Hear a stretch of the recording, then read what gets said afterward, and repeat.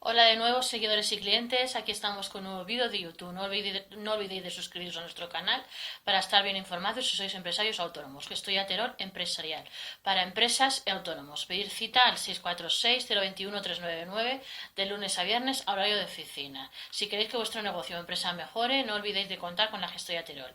Os espero al 646-021-399 de lunes a viernes a horario de oficina. Hoy vamos a hablar de epígrafes en la declaración de la renta del autónomo, cómo reflejarlos correctamente.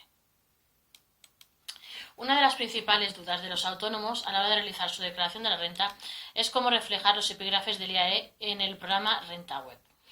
Dependiendo del tipo de actividad que realices, deberás informar la que se corresponda con el epígrafe correspondiente. A continuación te explicamos cómo rellenar de forma correcta los epígrafes en la declaración de la renta para evitar problemas con Hacienda. Datos identificativos de la actividad en Renta Web. Si tributas por el sistema de estimación directa en el IRPF, la información sobre el IAE estará entre las casillas 165 a 170 del programa Renta Web. La información a rellenar sería la siguiente, os lo voy a explicar ahora mismo. Casilla 0165, que se informará de forma automática al rellenar el resto de casillas. Casilla 0166.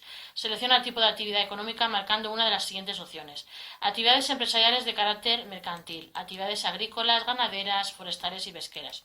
Otras actividades empresariales de carácter no mercantil y actividades profesionales de carácter artístico o deportivo.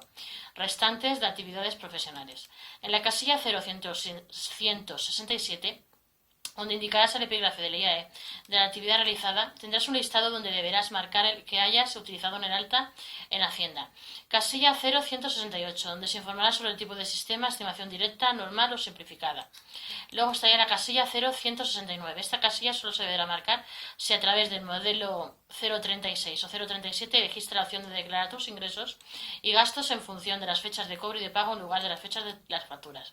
Luego estaría la casilla 0170, que solo deberá ser rellenada en el caso poco habitual de que el contribuyente haya realizado actividades de cesión de derechos de autor.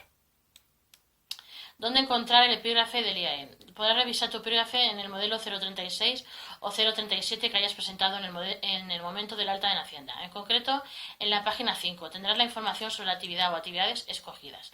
También podrás consultarlo si has presentado otras declaraciones en años anteriores, siempre que sigas ejerciendo esa misma actividad. En caso de que hayas olvidado cuál es tu epígrafe o tienes dudas sobre cuál puede ser el que aplica una actividad concreta, puedes consultar esta información en el censo de la agencia tributaria.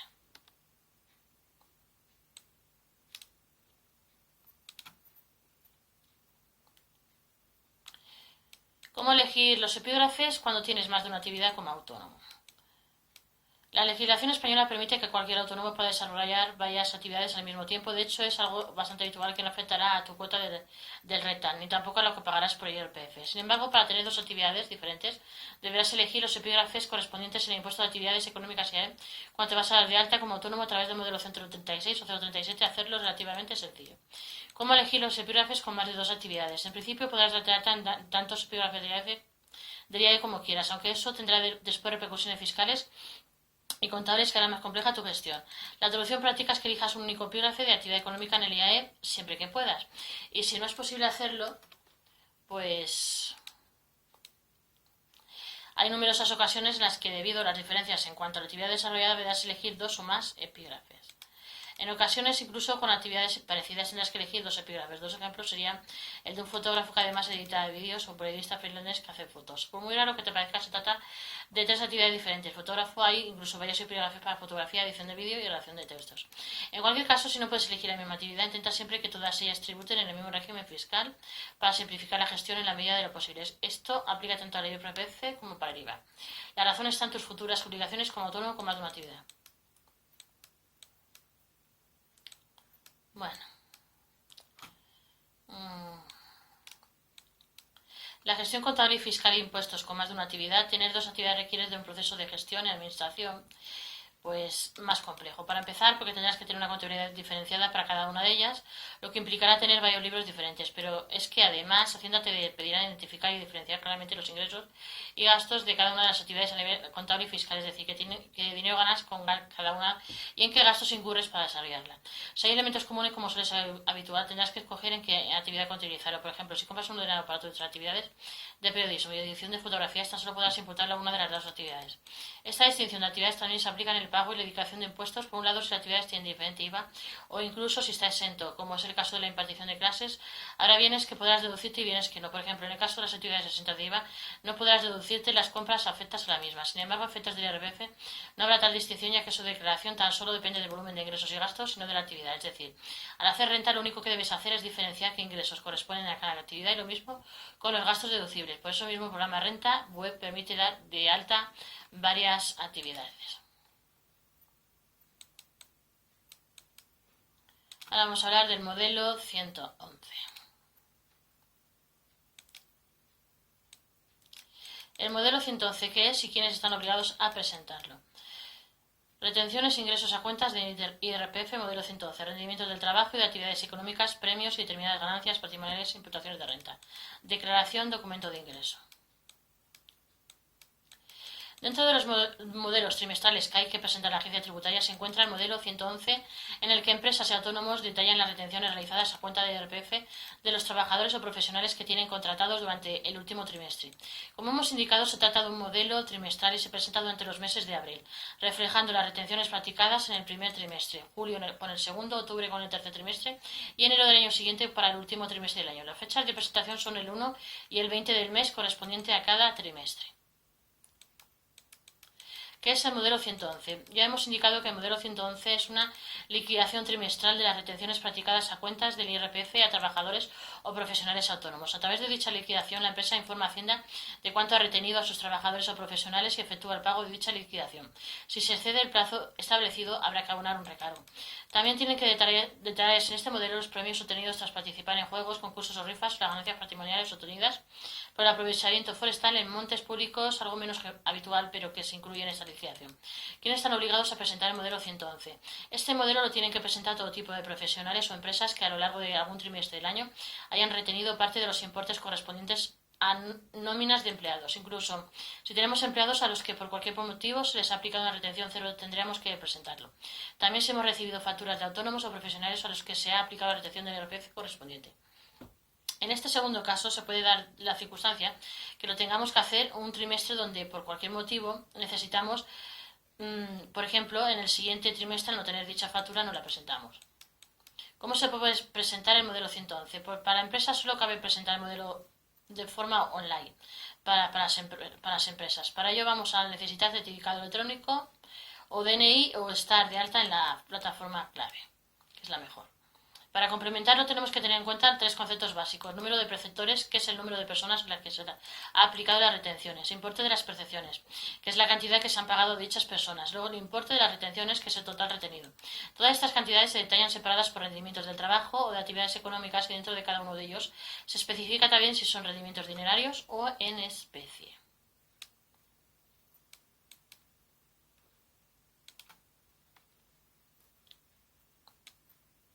Certificado de retenciones en la empresa, ¿qué es y por qué lo necesitas para tu declaración de la renta 2021? Uno de los documentos que necesitamos si vamos a hacer nuestra declaración de la renta es el certificado de retenciones. Es el documento donde la empresa declara la cantidad de dinero que ha ingresado de cada trabajador a la agencia tributaria en función del tipo aplicado. No solo se tiene que realizar con los trabajadores por cuenta ajena, sino también los profesionales autónomos que hayan realizado trabajos para nuestra compañía y cuyas facturas se incluyan trimestralmente en el modelo 111. ¿Qué ocurre si los datos del certificado de empresa y Hacienda no cuadran? Aunque para muchos trabajadores puede que no tenga importancia el certificado de retenciones, es obligatorio entregarlo a cada empleado firmado y sellado por la empresa. El resultado tiene que cuadrar con lo que se ha comunicado a Hacienda, normalmente a través del modelo 190. Por eso no es habitual que existan discrepancias entre estos datos y los que luego aparecerán en el borrador de la renta. Es más complicado cuando no tenemos ya relación de contrato con la empresa. Igualmente, en este caso, el trabajador puede solicitar a la empresa dicho certificado. También pueden existir algunas discrepancias en el caso de que existan pagos en especie que en muchos casos el trabajador no es consciente de que también puede estar sujeto a retención.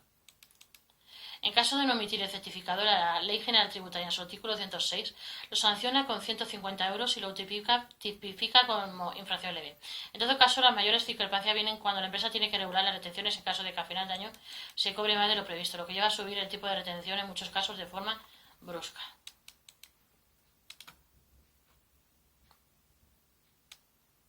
¿Cómo calcular las retenciones a cuenta a los empleados en tu empresa? El IRPF, aunque es un impuesto que recae directamente en los trabajadores, abona por las empresas a través de las retenciones a cuenta. Son pagos anticipados del IRPF que posteriormente se regulariza cuando se presenta la declaración de la renta entre abril y junio del mes siguiente. Lo normal, aunque no siempre sucede así, es que las empresas ajusten al máximo posible retenciones del IRPF en las nóminas para que el resultado de la declaración de la renta sea más fiel a la realidad. Es decir, haya poca diferencia entre las retenciones y el resultado del IRPF, pero que como se puede calcular el impuesto, a continuación te lo contamos. El modelo 145 de comunicación de datos al pagador. El IRPF es un impuesto que depende de las circunstancias del trabajador, si tiene hijos o no hijos, si tiene ascendientes a su cargo, si está casado, si tiene un grado de discapacidad, etc. El trabajador debe comunicar a la empresa cuáles son sus condiciones contractuales a través de la presentación del modelo 145. A través de este documento, el contribuyente comunica al pagador que habitualmente su empresa, su situación personal y familiar actual, y si ha habido algún cambio con respecto a la última información recabada por la empresa, estos datos determinarán el porcentaje de deducción a aplicar en la nómina del trabajador.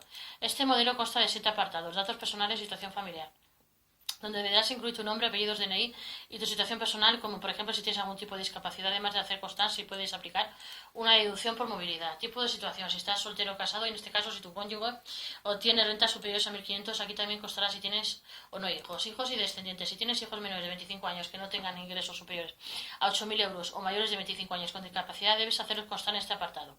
Así la empresa sabrá cuál es tu mínimo familiar y personal en la renta para adaptar las retenciones de tu nómina. Ascendientes mayores de 65 años o menores de esa edad con algún tipo de discapacidad.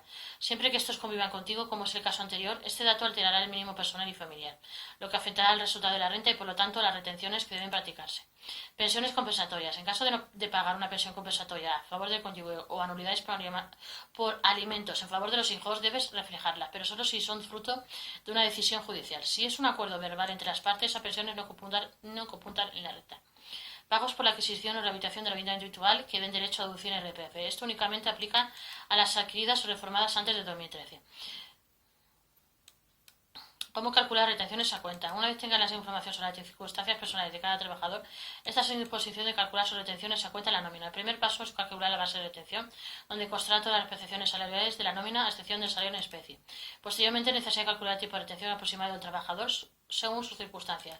La agencia tributaria dispone de una calculadora de retenciones, donde se podrá saber el tipo de retención aplicable, una vez introducidos todos los datos relativos a la circunstancia del trabajador. En algunos casos, especialmente, si el trabajador se ha incorporado recientemente a la empresa y esta no tiene sus datos, la empresa puede aplicar libremente el tipo de retención, aunque con algunas limitaciones. No puede ser negativo, ha de ser siempre superior al 2% en caso de contratos de menos de un año de duración, 0,8% para trabajos realizados en Ceuta y Melilla.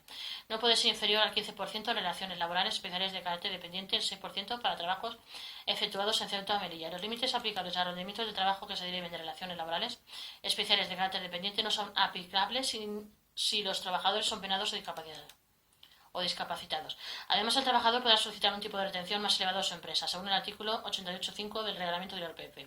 Deberá pedirlo por escrito al trabajador y se aplicará al menos hasta final de año. No obstante, el trabajador puede renunciar por escrito al nuevo tipo o solicitar de nuevo otro más elevado. Además, por supuesto, si hay circunstancias que determinen uno más alto, deberá subirse. ¿Puede pedirle a mi empresa que me aplique menos retenciones en el IRPF en mi nómina? Repito, ¿puedo pedirle a mi empresa que me aplique menos retenciones en el IRPF en mi nómina? Entre las dudas más habituales de los trabajadores en relación a sus retenciones por IRPF está la posibilidad de aplicar unas retenciones menores en su nómina. Se trata de una duda razonable, ya que muchos contribuyentes prefieren recibir algo más de dinero líquido todos los meses que recibirlo todo de golpe en el momento de presentar su declaración de renta como parte de la deducción de la cuota diferencial de la declaración de renta. Entonces, ¿puede un trabajador pedirle a su empresa que le aplique menos retenciones? Pues bien, la respuesta es no. La legislación establece las retenciones que cada empresa debe aplicar en función de la situación particular del contribuyente en cada momento y que puedan cambiar si cambian sus circunstancias. Para ello, la agencia tributaria pone a disposición de los ciudadanos una herramienta para realizar el cálculo de estas retenciones. Ahora bien, en determinadas circunstancias la empresa puede aplicar una retención menor si así se lo comunica a su trabajador. El artículo 86 del Real Decreto 439 de 2007, por el que se aprueba el reglamento del impuesto sobre la renta de las personas físicas, establece que un contribuyente podrá pedir a su empleador una reducción de 2 enteros en su tipo de retención si la cuantía total de sus retribuciones es inferior a 33.007,2 euros y destina cantidades a la adquisición y rehabilitación de su vivienda habitual, utilizando financiación ajena y con derecho a deducción por inversión en vivienda habitual. En algunos contratos temporales, no obstante, se aplica la retención mínima del 2%.